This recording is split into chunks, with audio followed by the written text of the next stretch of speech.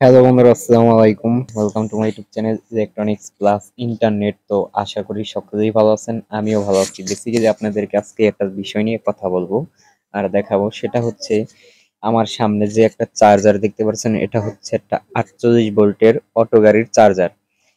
আর এখানে যে আমি জয়েন দিছি তারটা দেখতে পাচ্ছেন নাটের সাহায্যে। এটা হচ্ছে অ্যালুমিনিয়ামের চার্জার। এটা দেখা যায় সচরাচর এই যে এই রকমের একটা অবস্থা হয়ে যায়, মানে আমরা তো আর ঝালাই দিতে পারি না অ্যালুমিনিয়ামটা, যার কারণে নাট দিয়ে আটকাই দিতে হয়। নাট দিয়ে আটকাই দিতে গেলে দেখা যায় যে কালো হয়ে গেছে পুইরা। এই ম্যাক্সিমাম এই সমস্যাটা হয়ে যায়। আজকে আমি যেটা করছি হচ্ছে আপনার কারেন্টের তার যে জয়েন দেয় কানেক্টর গুলো আছে, সেই কানেক্টর দিয়ে আজকে অ্যালুমিনিয়ামের সাথে তামাটা সংযোগ করে দিছি। দেখি এটা কেমন সার্ভিস দেয়। আর সার্ভিস অবশ্যই ভালো দেওয়ার কথা, কেননা আমি যেটার সাথে সংযোগ করে দিছি এটা হচ্ছে একটা তামা।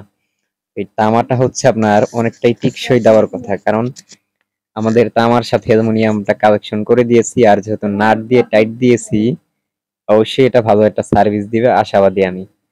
তো যারা মেকার আছেন তাদেরকে আমি সাজেস্ট করব এই বিষয়টা, মানে এইটা যদি আপনারা করেন তাহলে হচ্ছে আপনার যারা নাট বল্টু দিয়ে টাইট দিয়ে থাকেন, তাহলে দেখা যায় যে নাটগুলো একটু বড় হয়।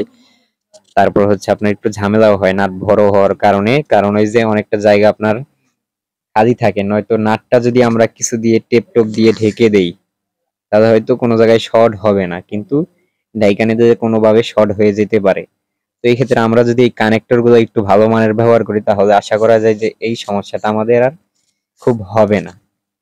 তো যাই হোক, চার্জারটার কাজ কমপ্লিট করছি। এখানে মূলত এই সমস্যাটি নিয়ে আমি সমাধান করছি। এর আগেও একটা চার্জার যে ওই পাশে রাখা, সেটার ছিল হচ্ছে আপনার দুইটা ডায়ার সমস্যা ছিল, সেই ডায়ার দুইটা আমি চেঞ্জ করে ফেলছি। এরপরে আমি একটা টিভি কাজ করতেছি। এই টিভিটা একজনে নিয়ে আসছে, সেটা হচ্ছে নিজেরাই বাসায় ইঞ্জিনিয়ারিং করছে। এই যে দেখেন, আপনার যে টিভির যে সুইচটা আছে সেই সুইচটা নষ্ট হয়ে গেছে, সেটা কেটে ফেলে তারা ডাইরেক্ট সংযোগ করে দিয়েছে। কিন্তু এখানে প্লাইব্যাগের যে এসটি কেবের পিনটা সেটা একদম জং ধরে নষ্ট হয়ে গেছে, সেটা কিন্তু ওনারা কোনোভাবেই কিছু করতে পারে নাই, যার কারণে বলে আমাদের কাছে নিয়ে এসে বল স্যার স্যার শব্দ করে। তো সেটা লাগানোর পরে দেখতেছি যে ঘোলা ঘোলা কেন, এটা আমাদের সমাধান করতে হবে। এটার একমাত্র সমাধান হচ্ছে এই মুহূর্তে আমাদের বেস যেটা আছে, এই যে চিকন গানের বেস, সেই বেসটা যদি আমরা চেঞ্জ করে দিই আশা করা যায় এটা ঠিক হয়ে যাবে। তো যাই হোক, আমরা চিকন গানের বেসটা চেঞ্জ করে দিছি। বেসটা চেঞ্জ করে দেওয়ার পরে আমাদের টিভিটা সম্পূর্ণ একদম ওকে হয়ে গেছে। আমি ফিটিং করে ফেলছি এখন।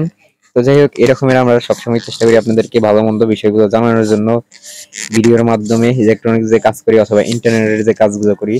তো আজকের ভিডিও পর্যন্তই। সকলেই ভালো থাকবেন, সুস্থ থাকবেন। দেখা হচ্ছে নেক্সট কোনো ভিডিওতে নতুন কিছু নিয়ে। আসসালামু আলাইকুম।